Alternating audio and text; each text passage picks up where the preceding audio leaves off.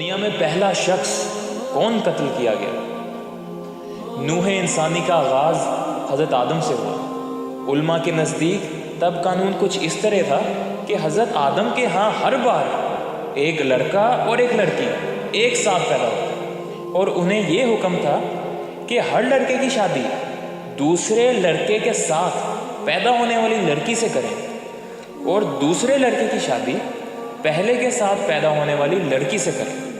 یعنی لڑکا اور لڑکی جو ایک ساتھ پیدا ہوتے، ان کا رشتہ آپس میں بہن بھائی کا ہوتا، جن کے لیے آپس میں شادی کرنا جائز نہ تھا۔ آپ کے دو بیٹے حابل اور قابل، حابل کی شادی قابل کی بہن کے ساتھ اور قابل کی شادی حابل کی بہن کے ساتھ طے پائی۔ قابل کی بہن حابل کی بہن سے زیادہ خوبصورت، زیادہ خوش شکل تھی، چنانچہ قابل نے چاہا کہ اس کی شادی حابل کی بہن کی بجائے خود اس کی اپنی بہن سے ہو جائے۔ آدم علیہ السلام نے اسے حکم دیا کہ حابل کو اس سے نکاح کرنے دے۔ قابل نے انکار کر دیا تو حضرت آدم نے دونوں کو اللہ کی راہ میں قربانی کرنے کا حکم دیا۔ حابل بھیڑ بکریاں پالتا تھا، اس نے ایک موٹا تازہ جانور قربان کیا، اور قابل نے اپنی کھیتی میں سے نکمی فصل کا ایک گھٹا قربانی کے طور پر پیش کیا۔ آسمان سے آگ اتری، اس نے حابل کی قربانی کو تو کھا لیا، لیکن قابل کی قربانی کو چھوڑ دیا۔ اسے غصہ آ گیا اور اس نے کہا، میں ضرور تجھے قتل کر دوں گا تاکہ تو میری بہن سے شادی نہ کر سکے۔ پھر جب قابل اور حابل خلوت میں تھے، قابل نے کہا، تیری قربانی قبول ہو گئی ہے، میری نہیں ہوئی۔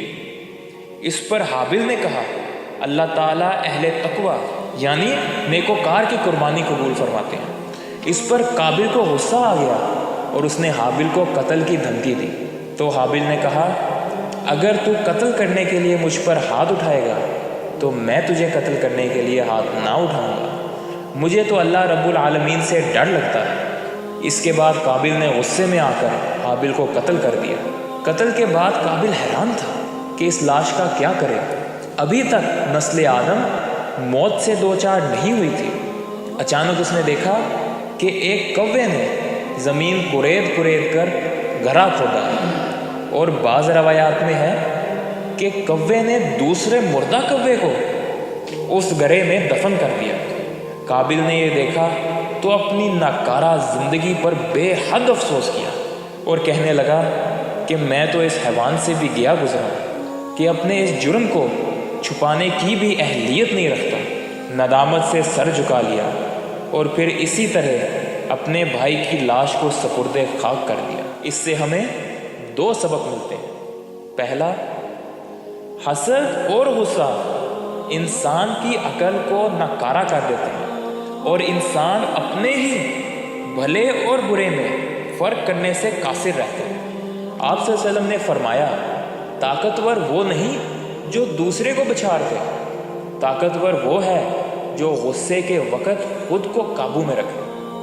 دوسرا، آپ صلی اللہ علیہ وسلم نے فرمایا کہ دنیا میں جب بھی کوئی ظلم سے قتل ہوتا ہے، اس کا گناہ آدم کے پہلے بیٹے قابل کو بھی جاتا ہے، کیونکہ اس نے اس گناہ کی بنیاد رکھی۔ آج بھی کوئی کسی نئے گناہ کو ایجاد کرے گا تو پھر جو شخص بھی آئندہ اس گناہ کا ارتکاب کرے گا تو گناہ ایجاد کرنے والا بھی اس میں برابر کا شریک ہوگا۔ اللہ تعالی ہمیں حسد سے بچنے اور غصے پر قابو کرنے کی توفیق عطا فرمائے، آمین۔